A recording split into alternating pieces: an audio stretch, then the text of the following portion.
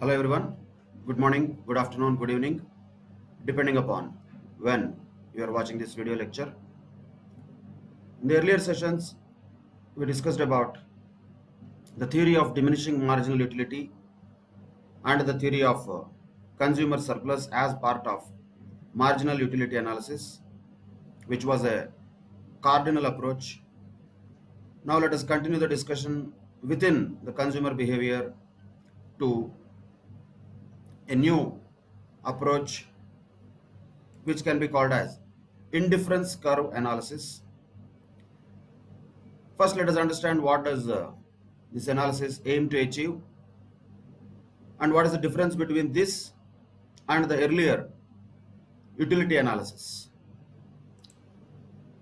First of all, the marginal utility analysis, as we already know, was a cardinal approach, which means it assumes that consumer satisfaction, which we call as utility, can be quantified, which can be measured.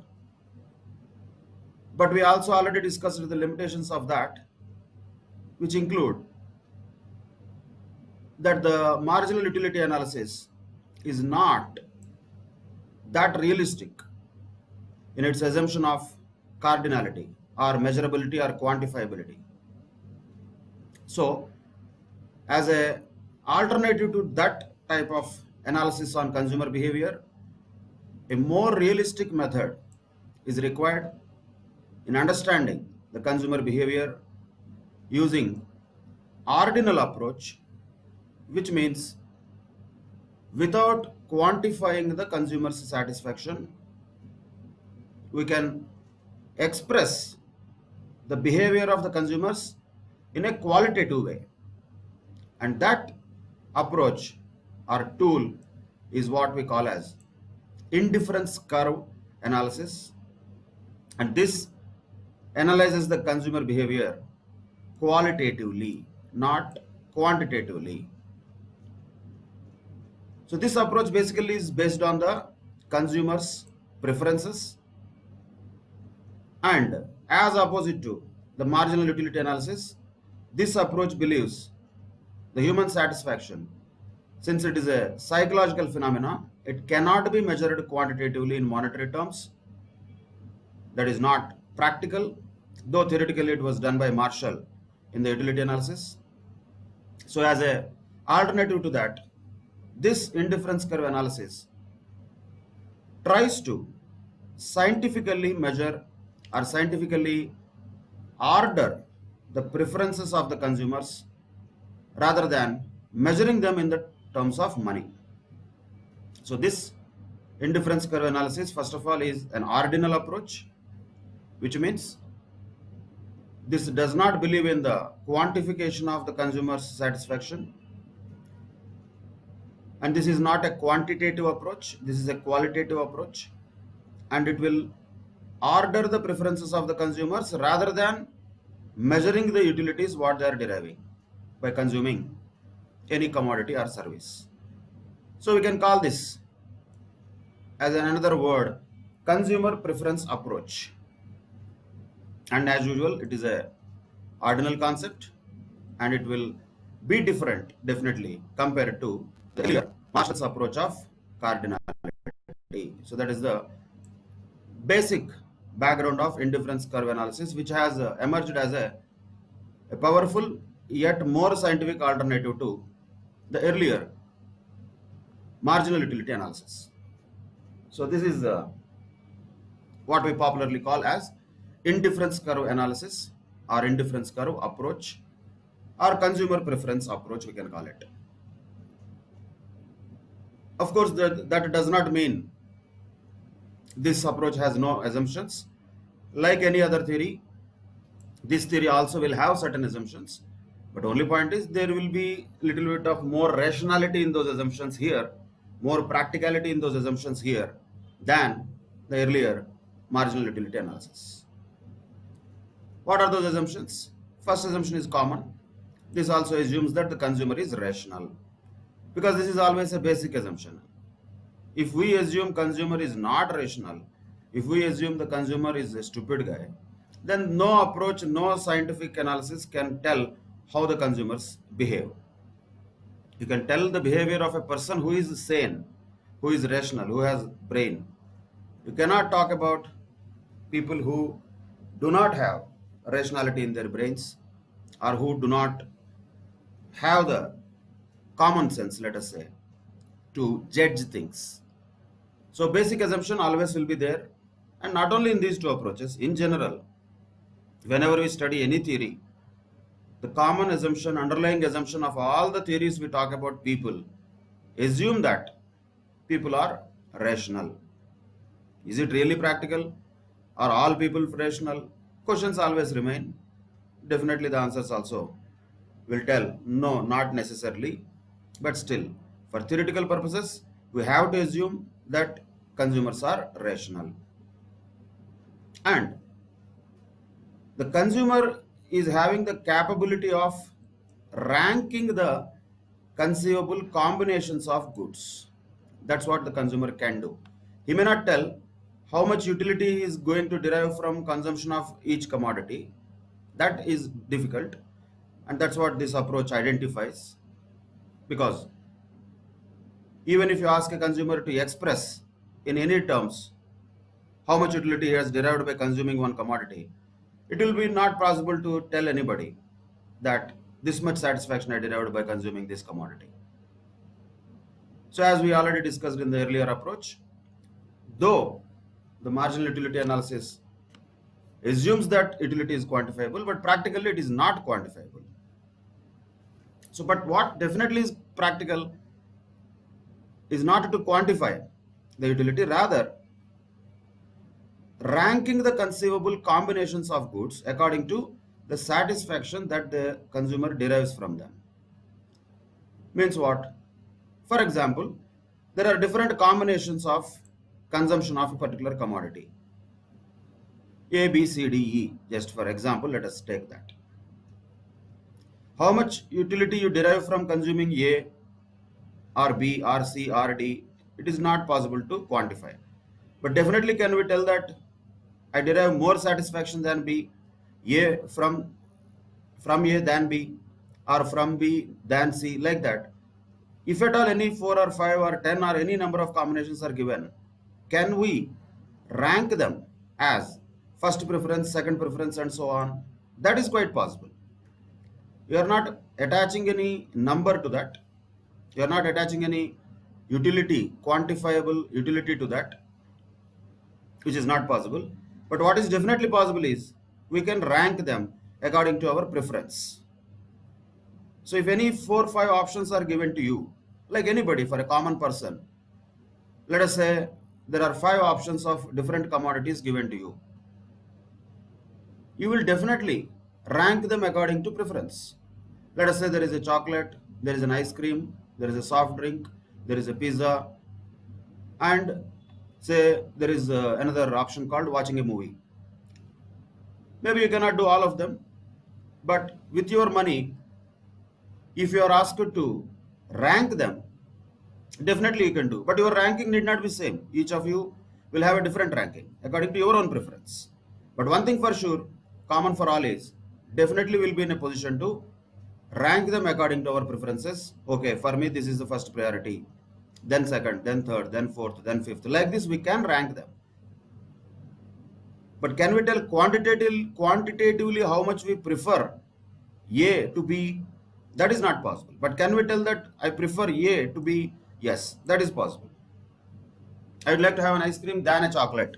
That you can tell. How much you like ice cream more than a chocolate? Can you quantify? Difficult.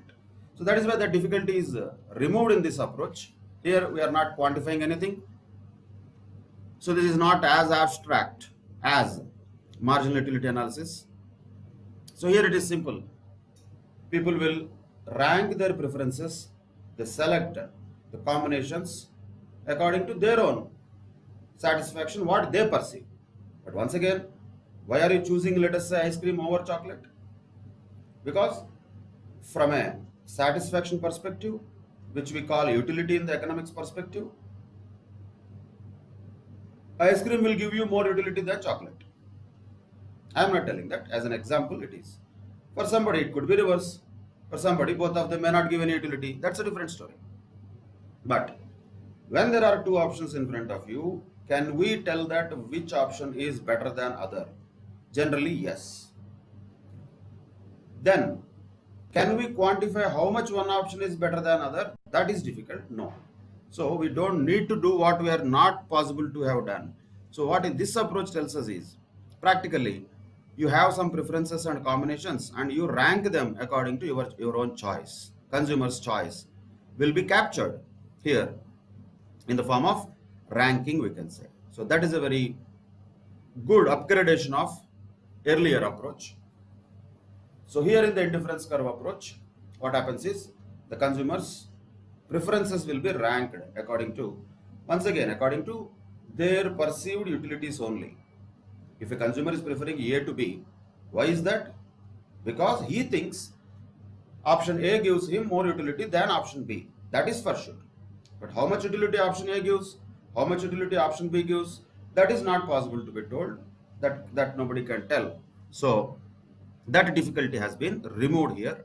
That is a very important point in relation to indifference curve approach, which follows the ranking system, preference system. That is why we also call it a consumer preference approach. That is the second assumption. What the assumption is here, a consumer is capable of doing that. If I come and say, sir, if there are two options to me, I don't know which option to choose. We are not talking about that consumer.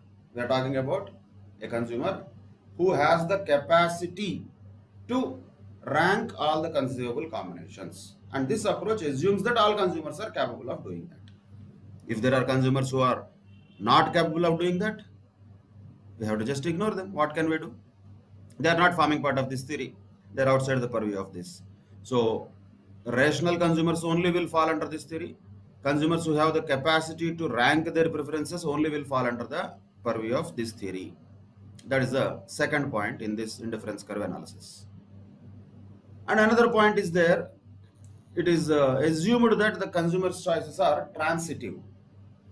What does it mean?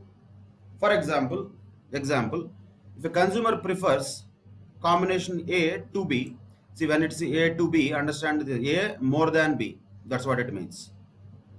Grammatically, if we use the word I prefer A to B, that means my preference is A more than B. So A is the top priority when compared with B. B is the second priority. First priority is given to A. That's what A to B means. It's not mathematically A to B. It's not a line going from point A to point B. Not like that. You should understand in the context. Grammar is important in understanding things at least. Of course, it is also important to express things, which is not the requirement of this paper. Other papers, definitely that becomes important. So here, to understand the grammar properly, to understand the questions properly according to the grammar and words used, for that purpose, definitely, we need to take the essence of it. When it is said that a consumer prefers option A to option B, that means he prefers option A more than option B. And same way, let us say he prefers B to C, which means he prefers B more than option C. So he is preferring A than B. That is one thing here. A is greater than B for him. For him, A is greater than B and B is greater than C, let us say. That automatically means A is greater than C. Mathematically, it is correct. When A is greater than B, B is greater than C, then automatically A is greater than C, right? That pattern is assumed to hold good for consumers here also. That's what we say. The choices of the consumers are transitive. That means he has a consistent consumption pattern. Imagine a consumer who says, when given with two options A and B, he says, I like A. I will go with A than B. And again, you gave him B and C as choices. He said, I'll go with B than C. Same person. And you give him A and C. If he says C is greater than A, If he says that I go with C, not A, that means he's not following a consistent consumption pattern. He has changed his mind already. We are not talking about those people. We are talking about a consistent consumption pattern holding people which follows a logic, not illogical selections. At that time, first asked, I said A is better for me than B. Again, between B and C, I have chosen B. Between A and C, I have to choose A. Then only it is consistent consumption pattern. So what if I don't choose A but I choose C? Then we are not in this group. We are not in this rational group. We are not in this assumption.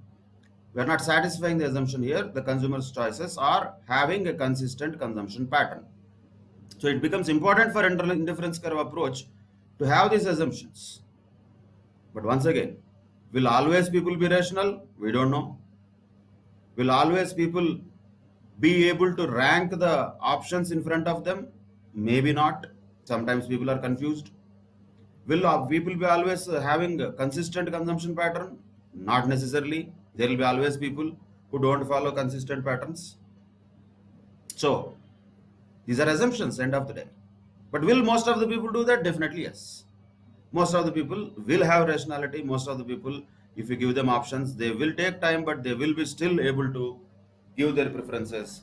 And any person with common consumption pattern, which is consistent, will also have proper choices. So if he says A is greater than B, B is greater than C, A greater than B here means understand this way. Utility coming from A is greater than utility from B for him. Utility coming from B is greater than utility coming from C. Then automatically utility coming from A should be greater than utility coming from C. There cannot be any second thought on that. There cannot be any violation to that rule. So mathematical application is okay. This is A greater than B greater than C. We are not talking about mathematical understanding. Here it is utilities, comparing utilities of two choices, and in the choices the consumers show a consistent consumption pattern is an assumption of this approach, that is indifference curve approach. Then one more assumption here is, for example, if combination A has more commodities than combination B, then A must be preferred to B. This is an assumption once again. So the number of commodities also matter here. If at all there are two combinations, A and B, once again, if combination A has more commodities than combination B, then the consumer will prefer combination A compared to combination B, is an assumption once again. So different combinations of consumption of commodities will be there in front of the consumers. They will rank them and they will follow this consistent consumption pattern, and they will always select such a combination which has more number of commodities. That is a summary of all the assumptions underlying indifference curve approach.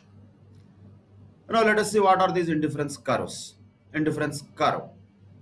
What are these things? Of course, this is an ordinal analysis of demand. We already have seen that. And it is given by whom? By Hicks and Allen. Same people who told about the substitution effect and income effect. So those people have not agreed with Marshall's cardinal approach. They have come out with their own approach of ordinal analysis of demand based on indifference curve approach. Now what is an indifference curve? Indifference curve is a curve which represents all those combinations of two goods which give same satisfaction to the consumer. So first of all, in this curve we are having two commodities.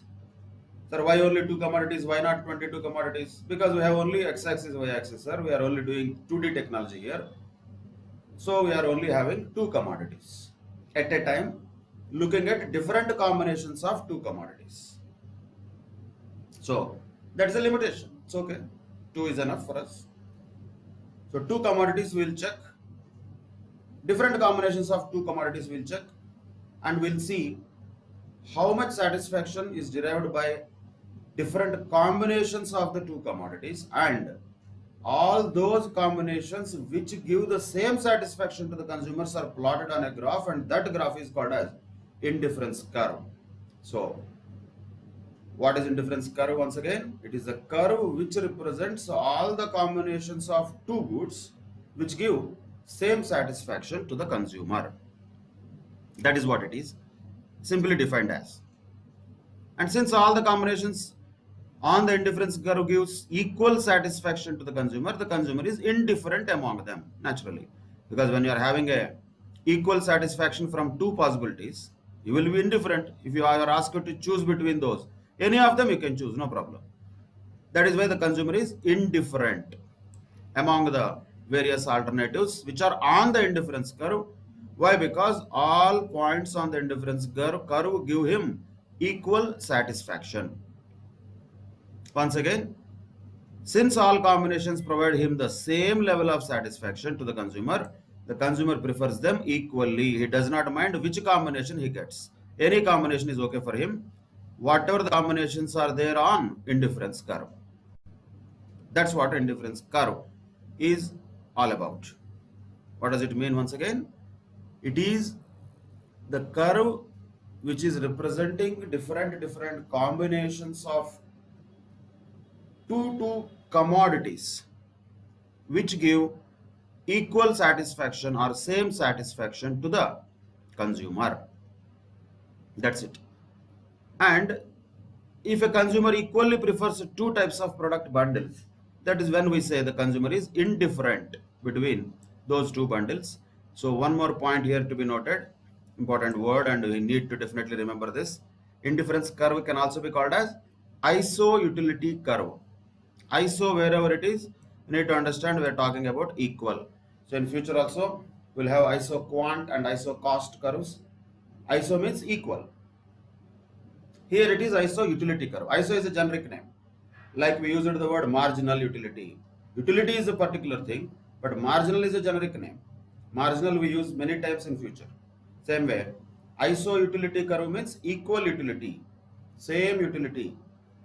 If a consumer is deriving from different combinations of consumption of two commodities.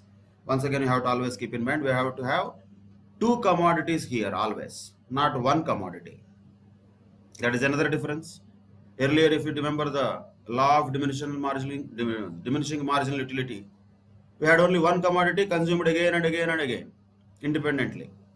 But here, no, we are not testing one commodity, we are testing two commodities combination at a time. So it's not one commodity, here it is a combination of two commodities. Like that, different combinations are tested and all combinations give equal utility, equal satisfaction to the consumer. That is why we can call this as ISO utility curve or equal utility curve. That is the name given to indifference curve. We can understand this with an example of indifference schedule and indifference curve graph. As usual, everything can have a table and a diagrammatic representation.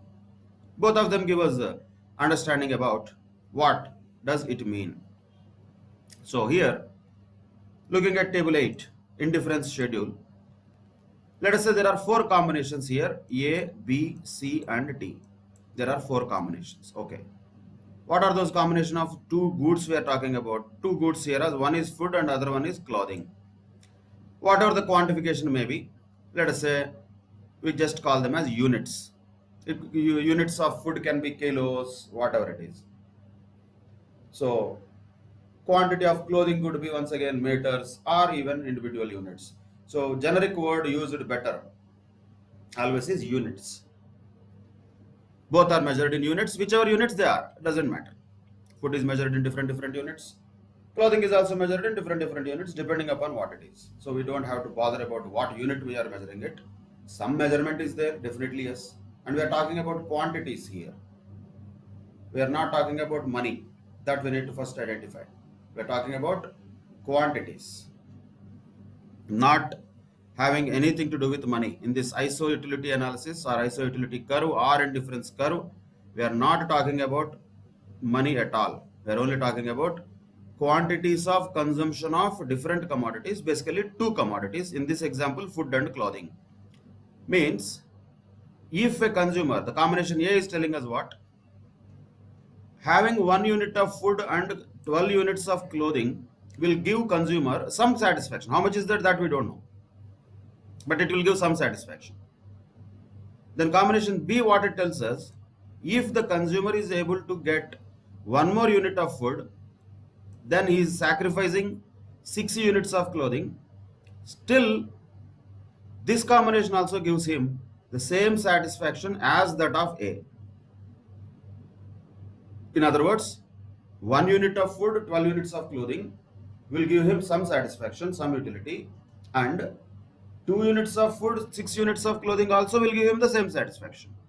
3 units of food, 4 units of clothing also will give him the same satisfaction. 4 units of food and 3 units of clothes also will give him the same satisfaction. All combinations of A, B, C, D will give same satisfaction to the consumer. If they give same satisfaction, then only they are in this schedule. Then again, we cannot say how can they give same satisfaction. They are giving same satisfaction. That is why they are here.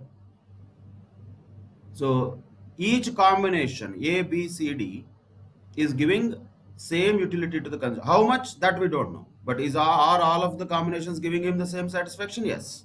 Then only they are in this indifference schedule.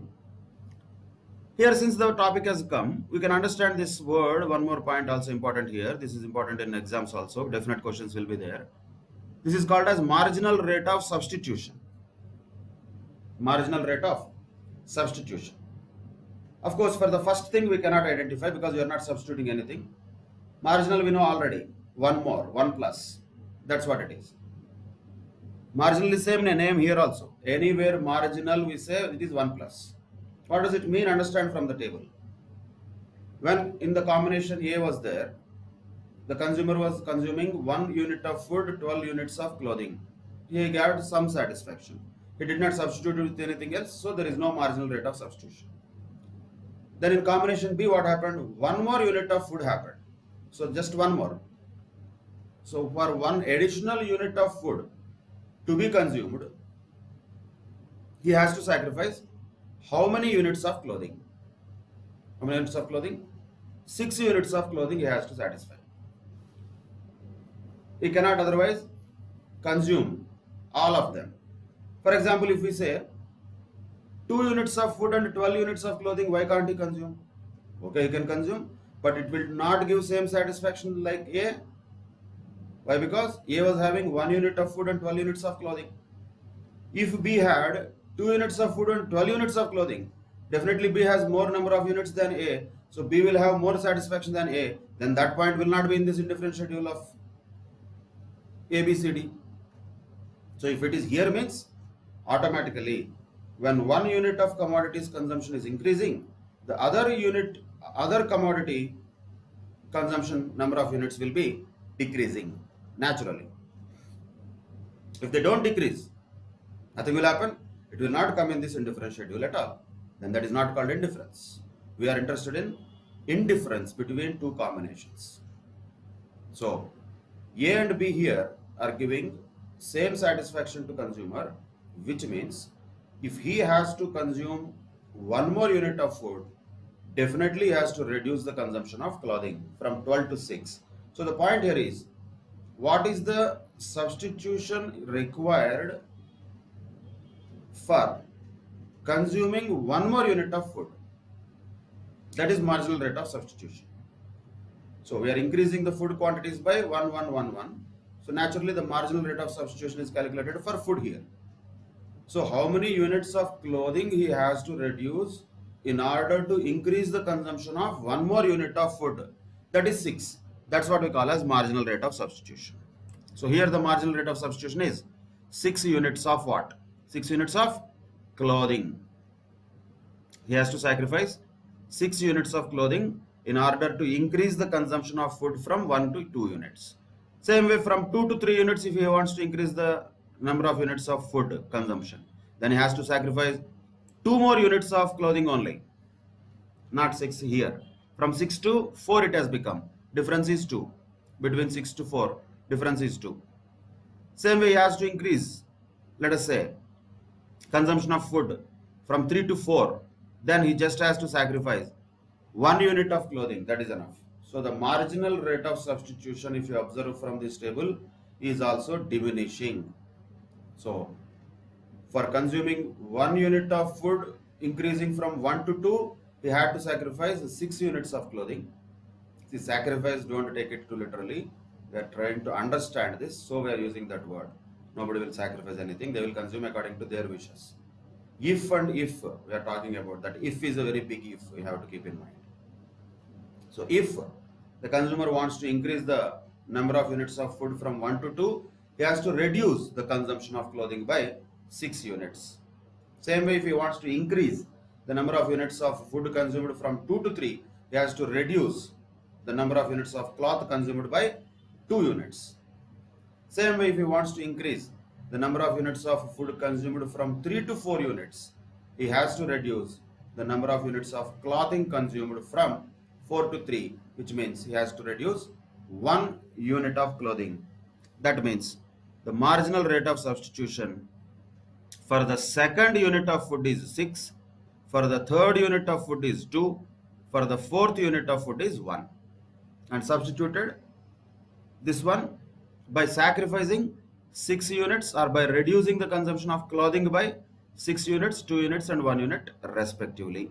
That's what is called marginal rate of substitution. From the table itself, this can be very clearly and easily understood. Right. If these are all plotted on the graph, then that's what is indifference curve, simple. Here we have taken food on the x-axis and clothing on the y-axis. You can look at the points here, which are all there. Say this is combination A. Combination A is what? 1 unit of food and 12 units of clothing. Combination B is what? 2 units of food and 6 units of clothing. So definitely from A to B there is a downward slope. Combination C is what? As the food consumption or food intake increased from 2 to 3, the clothing reduced from 6 to 4. Further, there is downward slope from B to C. And D point is what? Food consumed 4 units and clothing consumed 3 units. So from 4 to 3 it has come down. So from C to D, once again there is a downward sloping. This is indifference curve A, B, C, D combinations. But any of the combinations, whether it is A, R, B, R, C, R, D, they will all give same satisfaction to the consumer. If he consumes 1 unit of food and 12 units of clothing, or if he consumes 4 units of food and 3 units of clothing, still he will derive same satisfaction from that. That is why it is indifference curve. I need to understand that indifference curve itself means the consumer is deriving equal satisfaction from all the combinations of two commodities, right? That's what is indifference curve. One is the schedule, which tells us the numbers. If that is plotted on the graph, we get this graph. That is a graph of indifference curve in a graphical form. Then if we do this for number of things, different combinations, if we do this, that is a collection of many indifference curves. If at all we do like that, that's called as indifference map. Here it is only one curve. One curve is there here. Between same commodities only. Between same commodities only there is one curve. Like this, are there not other possible combinations? There will be hundreds of possibilities. Hundreds of possibilities will definitely be there. But definitely all of them put together in one map or one graph, that's what we call as indifference map. Simply speaking, a set of indifference curves can be called as indifference map. Not just one, but many. We have this already. We'll have one more. We'll have one more. Like this, if we have, that's what we can call that as indifference map. It's nothing but set of indifference curves. That's it. But what does it tell us? Indifference map. That depicts the complete picture of the consumer's tastes and preferences. Only indifference curve will tell only just some of the combinations. But indifference map gives so many indifference curves. We can have a better picture of the consumer satisfaction, almost the complete picture of consumers' tastes and preferences can be found out by drawing a indifference map. How they will look like? For example, you can go through this figure number 14, where there is indifference map. So here indifference curve has only one line. Indifference map, there are three different indifference curves in the same graph. Any two commodities can be taken. Good X, good Y, let us call it. X is on X axis, Y is on Y axis. IC1, IC2 and IC3. There are three indifference curves here. So this is IC1, IC2 and IC3. Three indifference curves are there, which means on this particular curve of IC1, any combination will have definitely same satisfaction. So a point here and a point here will give same satisfaction to the consumer. So if he is consuming these many number of goods like this, here good X this much and good Y this much,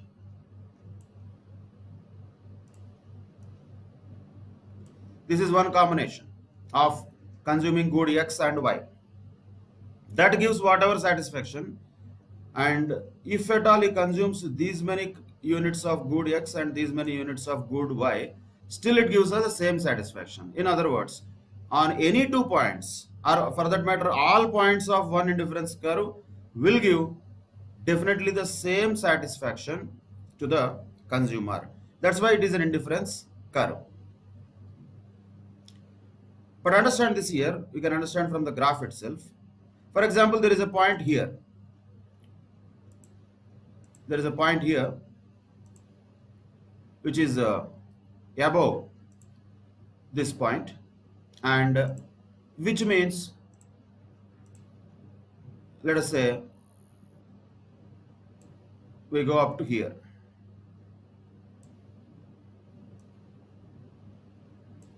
So what is this point talking about?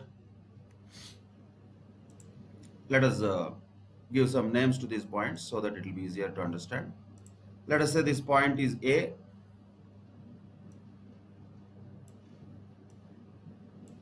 this point is B, and this point is C. Now, if you look at point A, it is consuming these many units of good X and these many units of good Y. That's what A means. What does B mean? That combination, these many units of good X, these many units of good Y. That's what B means. What C means? It means the same amount of goods as combination A related to good X, but more number of goods of good Y, more number of units of good Y. So if you look at A and C, both of them are having same number of units of consumption of good X, but C is having more number of units of consumption of good Y when compared to A. So now point is, can we say that C also gives the same satisfaction as A? How is it possible?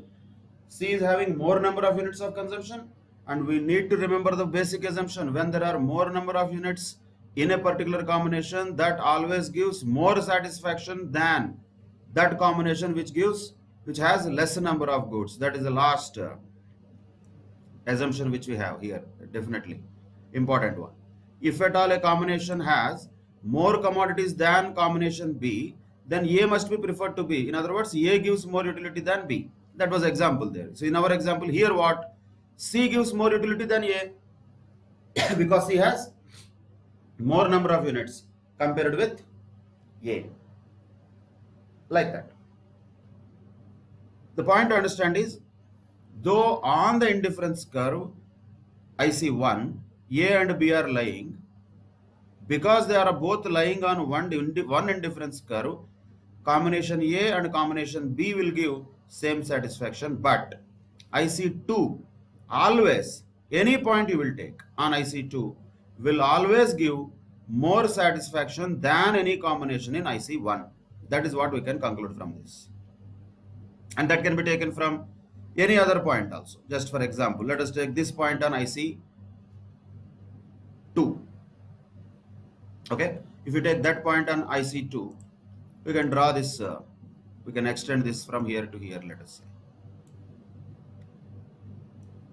So what is happening in IC2? So let us call this point as D. D point is there. Now if I ask a question whether C and D will give same satisfaction, absolutely yes. Why? Because both are on IC2. C combination, D combination will give same satisfaction to the consumer. Both are on same indifference curve. But will D give same satisfaction like A? No. Why is that? In this case, A and D have same number of units of good Y. That is this one. But D is having more number of units of good X. So naturally, when A and D both combinations are having same number of units of good Y, but still D is having more number of units of good X, this one, which means combination D has more number of commodities than combination A. So that means combination D gives more satisfaction than combination A. So we cannot say A and D will give more satisfaction because they are not giving same satisfaction. They are not on the same indifference curve. IC2 is above IC1. So what can we conclude from these examples? IC2 always gives more satisfaction than IC1. On IC1, in this example, points A and B will give same satisfaction. On IC2, points C and D will give same satisfaction, no doubt about it, because both are indifference curves. But any point on IC2 will always give more satisfaction than any point on IC1. That is for sure. That is why it is on the right side or upper side of IC1. So IC2 always gives more satisfaction than IC1.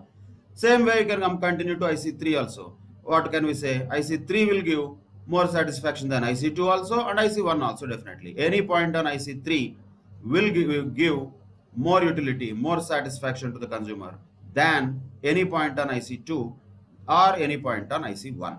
That's what we can conclude from this indifference map. Very important point in the exams. Diagrams like this will be given and some interpretation definitely will be asked. So you should be able to interpret the graphs. You don't need to draw the graphs. That is not required at foundation level. You don't need to draw them, but you should be able to interpret them. What does each point represent? What does point C represent here, for example, in this graph? It represents a combination which says 3 units of food and 4 units of clothing is consumed. That we should be able to tell straight away by looking at the graph. Like this, similarly here in this graph, what does point A and D tell us? Point A and D tell us A and D both are consuming same number of units of good Y, but D is consuming more number of units of good X than A. So D gives more satisfaction than A. That we should be able to interpret from the graph. So from this final conclusion, what we can draw is IC2 gives more satisfaction than IC1 and IC3 gives more satisfaction than IC2 and IC1. That is indifference map. Okay, that's a very important aspect. Now let us elaborate a little bit on what we already started the discussion on, marginal rate of substitution, which was already touched upon here. Marginal rate of substitution in the indifference schedule, we can understand that from the schedule itself easily. What is the marginal rate of substitution? It is the number of units of clothing in this case which have to be reduced in order to increase the consumption of 1 unit of food. For each additional unit of food, how many number of units of clothing has to be reduced? That's what is marginal rate of substitution there.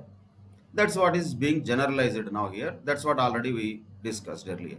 So what is it? It is the rate at which the consumer is prepared to exchange good X and good Y. Any two goods. In that example, it was clothing and food. That was the example there in the schedule.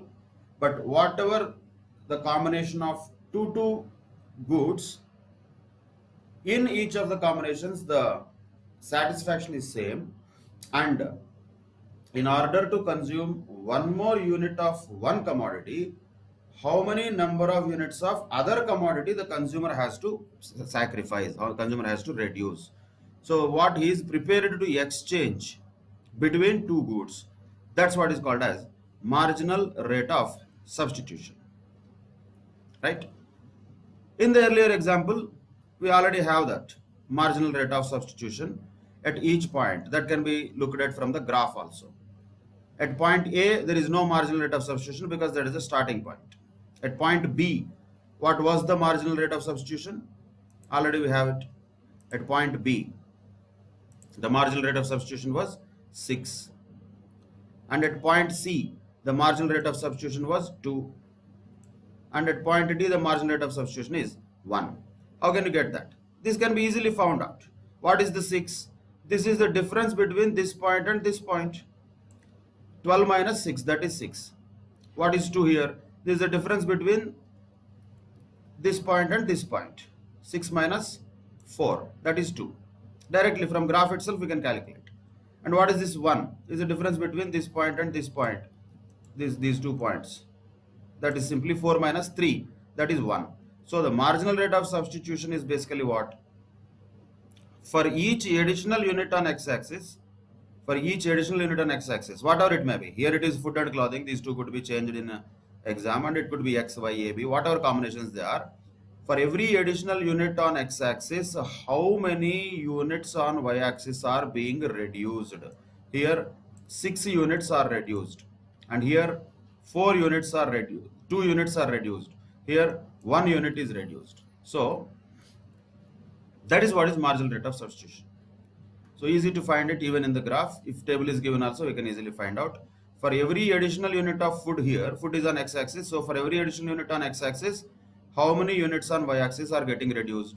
That is marginal rate of substitution. And by the way, it is diminishing. And obviously, because it is diminishing, the graph is definitely going to slope downwards from left to right. And that's what we can observe. That is why the indifference curve is like this always. Downwards from left to right. Why? Because once again the marginal rate of substitution is diminishing. So that is marginal rate of substitution on different points of the graph, right? How to calculate this like a formula? Marginal rate of substitution. This is also important. Should be able to use that in the exam. Numbers will be given. All that you need to do is substitute.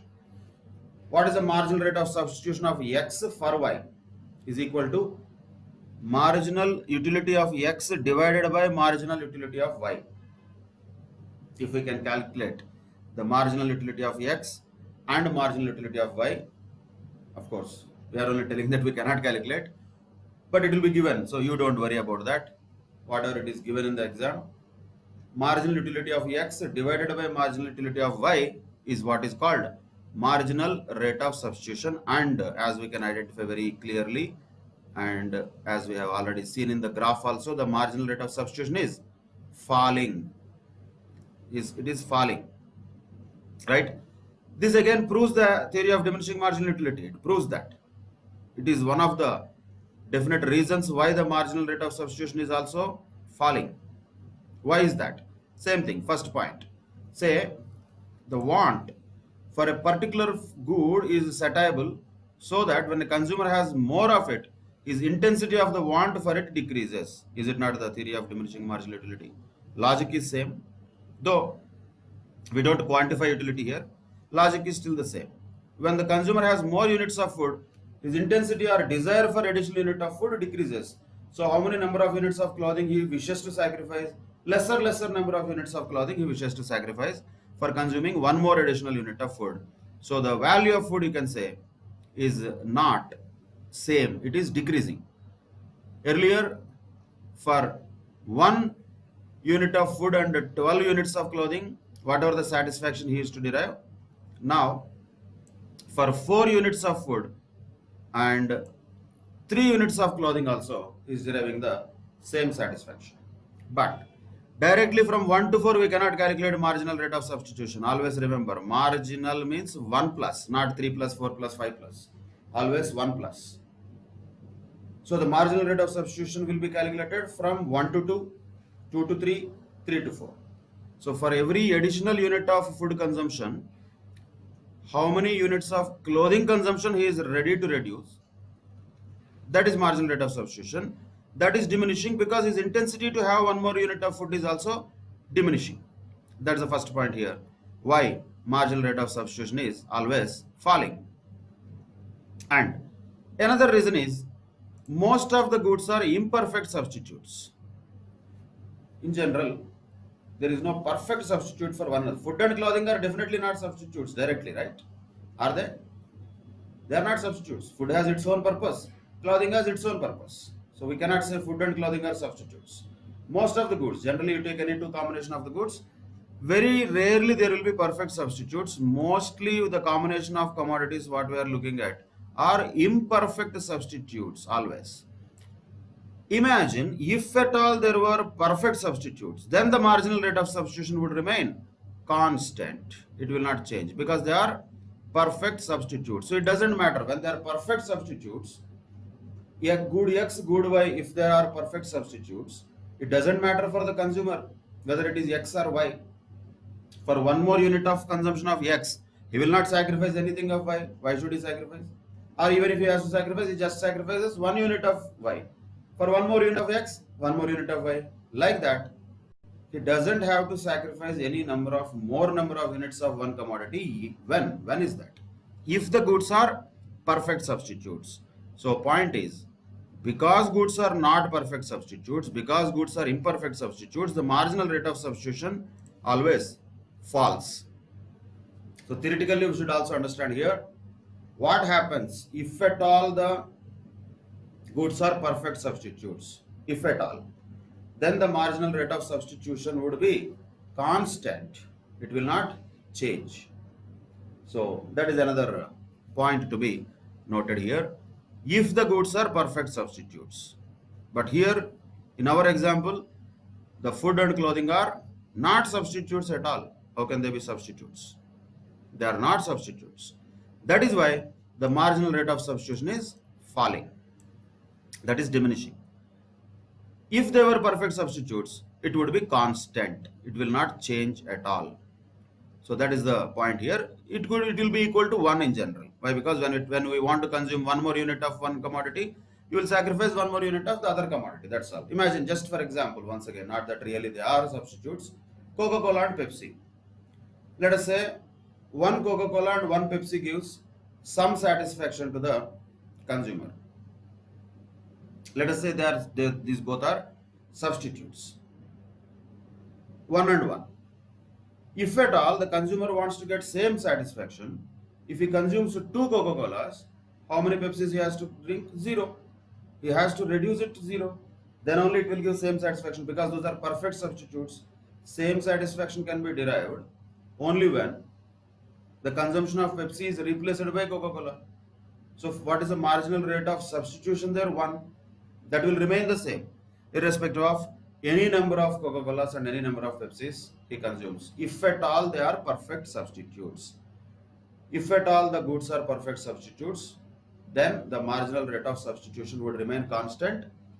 And because we are talking about the increase in one unit of one commodity, the decrease in the other one also will be equal to that, which means 1. So marginal rate of substitution will be 1 always, which is constant, if the goods are perfect substitutes. But in general, the goods are not perfect substitutes. That is why the marginal rate of substitution keeps on falling, and that is one of the reasons why the indifference curve is downward sloping. So all these are related to marginal rate of substitution. Mathematically, this can be found by taking these two: marginal utility of X divided by marginal utility of Y. And why this marginal rate of substitution is falling? One is again because of the diminishing marginal utility. Second one is because the goods are imperfect substitutes. That's it. That is related to marginal rate of substitution. Each of them are technically very, very important aspects. This entire indifference curve analysis has so many of them. First, we should know what are all the assumptions under this analysis, and we should know the difference between this analysis and marginal utility analysis. Any table like this is given, we should be able to calculate marginal rate of substitution. Any two units related to any two products is given in a table. Same way, if any graph is given also, we should be able to interpret that and find out the numbers from that graph. That is one indifference curve. From an indifference map, we should be able to identify which indifference curve is giving more satisfaction than the other, and we should also know that on each indifference curve any point will give same satisfaction. That is why it is called indifference curve. And the concept of marginal rate of substitution should be also thoroughly understood. That is MUX divided by MUY mathematically to be calculated. But the concept of marginal rate of substitution is that it is the rate at which a consumer is prepared to exchange any two commodities, let us say X and Y. If that is the case, we can find out their marginal rate of substitution by using this formula MUX divided by MUY. And the marginal rate of substitution is always falling. And why that happens? Once again, because of diminishing marginal utility, because the intensity to consume one more commodity will keep on reducing. Second thing is the goods, generally combination of goods, whatever we are taking between two commodities, those two commodities in general are imperfect substitutes, because of which MRS is falling. If they were perfect substitutes, the MRS would remain constant. These are the points to be very well noted in the indifference curve analysis. In the next class, we discuss about what are the properties of the indifference curves and why they behave like that, and also another important aspect called budget line or price line, we can call it. Then combining both, how a consumer's equilibrium is achieved can be discussed in the next class. With that, the theory of consumer behavior can be concluded. So, but as of now, read and understand the indifference curve analysis carefully. We'll continue the discussion on this model of ordinal approach in the next class. Till that time, take care. Bye bye. Thank you very much.